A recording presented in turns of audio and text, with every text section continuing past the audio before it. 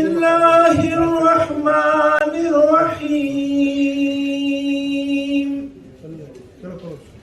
قل هو الله أحد الله الصمد لم يلد ولم يولد ولم يكن له كفوا أحد يا حبيب الله قسمت میں میری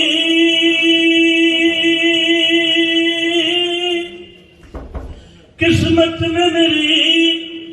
چین سے جینا لکھ دے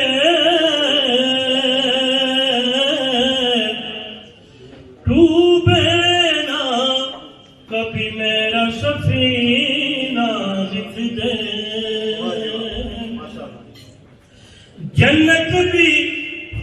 جنت بھی گوارا ہے مگر میرے لیے اے کاتب تقدیر مدینہ لکھ دے.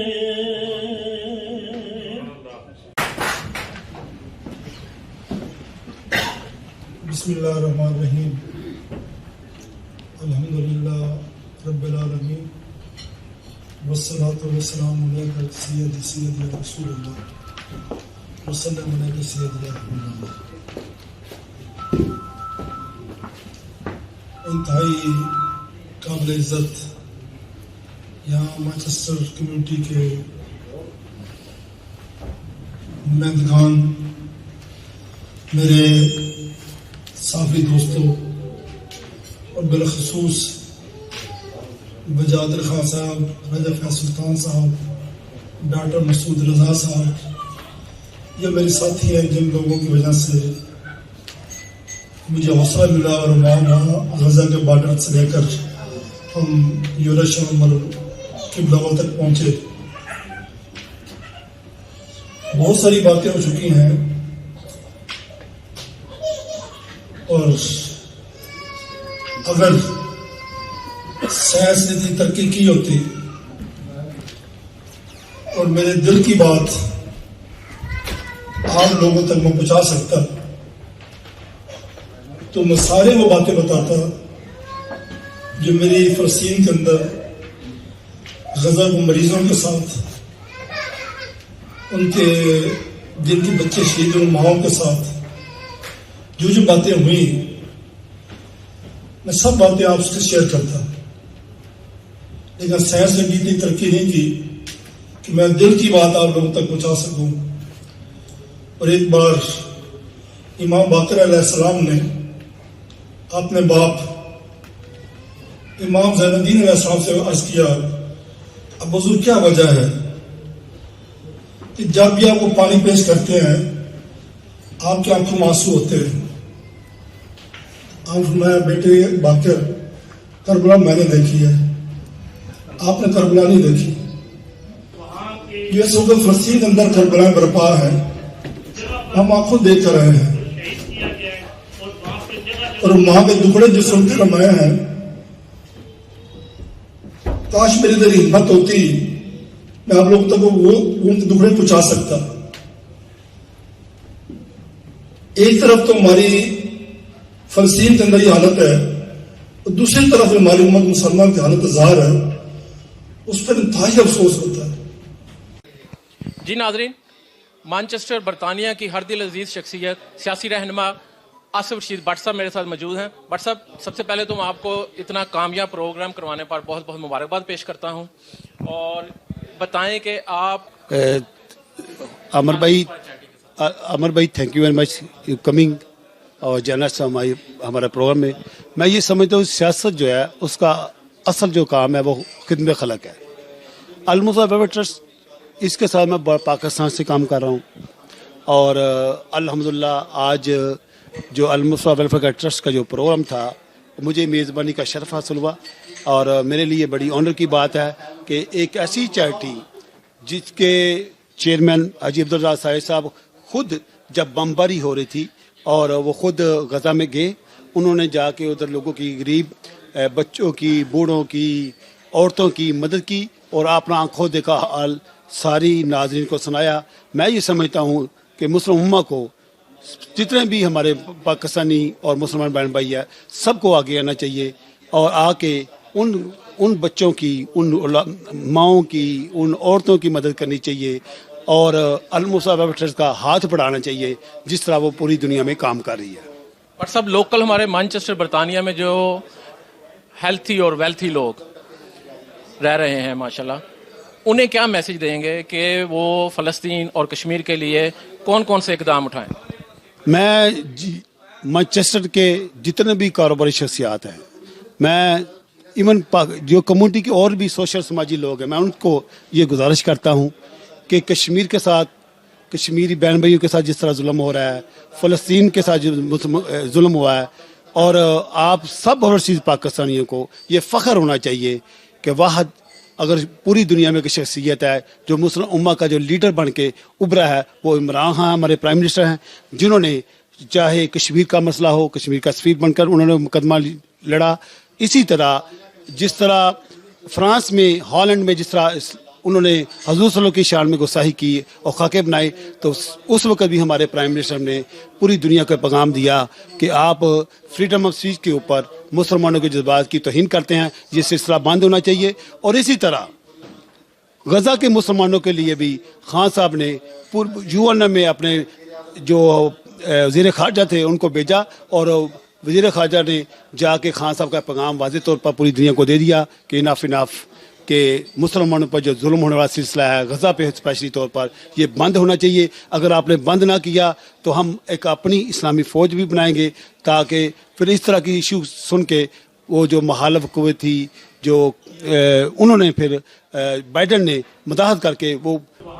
اسرائیل کی جو بمباری تھی وہ بند کرائی. میں یہ سمجھتا ہوں اس وقت بھی ان لوگوں کو گھر کی ضرورت ہے, فوڈ کی ضرورت ہے, ان کو میڈیسن کی ضرورت ہے. تمام پاکستانیوں کو, تمام اقوام عالم کو ان کی ڈونیشن کرنی چاہیے اور المصطفیٰ ٹرسٹ کو تعاون کر کے ان تک خوراک, فوڈ اور کپڑے جو بھی آپ مدد کر سکتے ہیں وہ پہنچائیں. Thank you. بٹ صاحب, پرائم منسٹر عمران خان کی گونج جو ساری دنیا میں گونجی ہے, آپ میرا کہنے کا مطلب تو سمجھ ہی گئے ہیں, ٹھیک ہے, اس کے بارے میں آپ کیا کہیں گے؟ میں تو جو انہوں نے کہا ہے ایبسلیوٹلی ناٹ. عمر بھائی, میں تو یہ کہتا ہوں کہ ہماری پاکستانی قوم کا, جب CNN کو خان صاحب انٹرویو دے رہے تھے, جب انہوں نے وہ ایبسلیوٹلی ناٹ بولا, پاکستانی قوم کا سر فخر سے بلند ہو گیا. پاکستانی قوم, اوورسیز پاکستانی خان صاحب کو سلوٹ پیش کرتے ہیں, خراج تحسین پیش کرتے ہیں, جس طرح انہوں نے دیدہ دلیری کے ساتھ. وہ بھی شاکڈ ہو گیا تھا, اس نے پھر دوبارہ میک شور کیا تھا خان صاحب. دوبارہ فون, بالکل صحیح بات ہے, انہوں نے دوبارہ کوشچن کیا, اور اس کے بعد خان صاحب نے پاکستان کی پارلیمنٹ میں کھڑے ہو کر پوری دنیا کو, امریکہ کو بھی یہ واضح پیغام دیا کہ اب ڈو مور نہیں چلے گا, اب نو مور ہوگا. جی ناظرین, میرے ساتھ وجاہد علی خان صاحب موجود ہیں جو کہ as a observer Al Mustafa charity کے ساتھ آل دا وے فلسطین سے ہو کے آئے ہیں, اور ان سے پوچھتے ہیں. جی خان صاحب, سننے میں بڑا آسان لگتا ہے کہ جی آل دا وے آپ فلسطین سے ہو کے آئے ہیں, تو اوبیسلی آپ بتائیں کہ ایسا تو اوبیسلی نہیں ہوا ہوگا کہ آپ لنڈن سے اڑے ہیں اور وہاں پہنچ گئے ہیں. کہاں کہاں سے آپ وہاں پہنچے؟ بیسیکلی یہ ایک بڑا مشکل سفر تھا. ہم جانا چاہتے تو لنڈن سے فلائی کر کے اسرائیل جا کے فلسطین کے علاقوں تک پہنچ سکتے تھے, لیکن جو المصطفیٰ کے چیئرمین عبدالرزاق ساجد صاحب, وہ یہ چاہتے تھے کہ اگرچہ ان کا کہنا تھا کہ ہماری المصطفیٰ ویلفیئر ٹرسٹ کی ٹیم غزہ میں آلریڈی کام کر رہی ہے, ریلیف ایفرٹس کر رہی ہے, لیکن وہ چاہتے تھے کہ میں خود وہاں پہ جاؤں اور جا کے خود ان کی حالت زار دیکھوں اور جو ریلیف ایفرٹ میں کر سکتا ہوں وہ کروں. تو بطور ایک جرنلسٹ کے ہم آبزرو کرنے کے لیے ان کے ساتھ گئے, اور یہ کیونکہ ہم یہاں سے اسرائیل چلے جاتے تو وہاں سے غزہ جانا بہت مشکل بلکہ ناممکن تھا, تو اس لیے ہم یہاں سے لنڈن سے مصر گئے, قاہرہ گئے, اور اس کے بعد غزہ اور مصر کا جو بارڈر ہے اس کو عبور کرنے کے لیے ہم نے مصر کی گورنمنٹ سے اجازت مانگی کہ ہمیں وہاں جانے دیا جائے اور تاکہ ہم اپنی ریلیف ایفرٹس وہاں پہ کر سکیں. لیکن باوجود کیونکہ ابھی تازہ جنگ ختم ہوئی ہے، حالانکہ ختم نہیں ہوئی، آن گوئنگ ہے، لیکن پھر بھی انہوں نے ہمیں وہاں سے انٹر ہونے کی اجازت نہیں دی. تو اس کے بعد ہم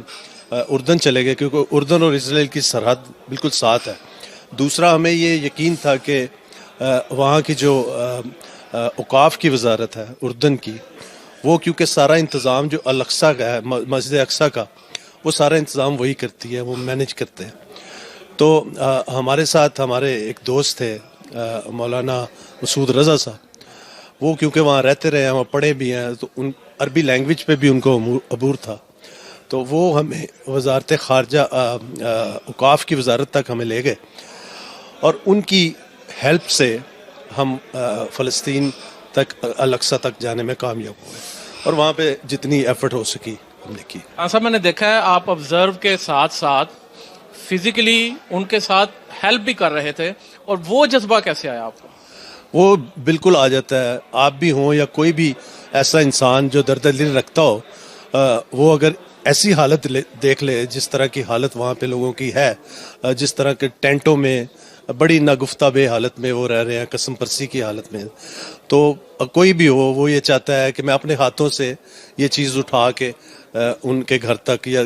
ان کے ٹینٹوں تک پہنچا دوں.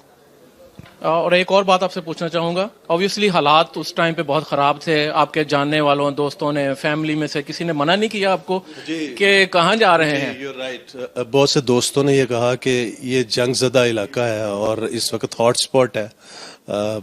اسرائیل اور حماس کے درمیان جو جھڑپیں ہوئی ہیں اس کے بعد تو سیکیورٹی بہت سخت ہے، انفیکٹ بہت سخت تھی. لیکن ساجد صاحب جو تھے وہ بڑے انتھوسسٹک تھے، وہ یہ چاہتے تھے کہ جیسے بھی ہو ہم اپنے ان بھائیوں تک پہنچیں، ان کی ہیلپ کریں کسی نہ کسی طرح. تو یہ ان کا جذبہ تھا جو ہمیں کھینچ کے لے گیا. اور پھر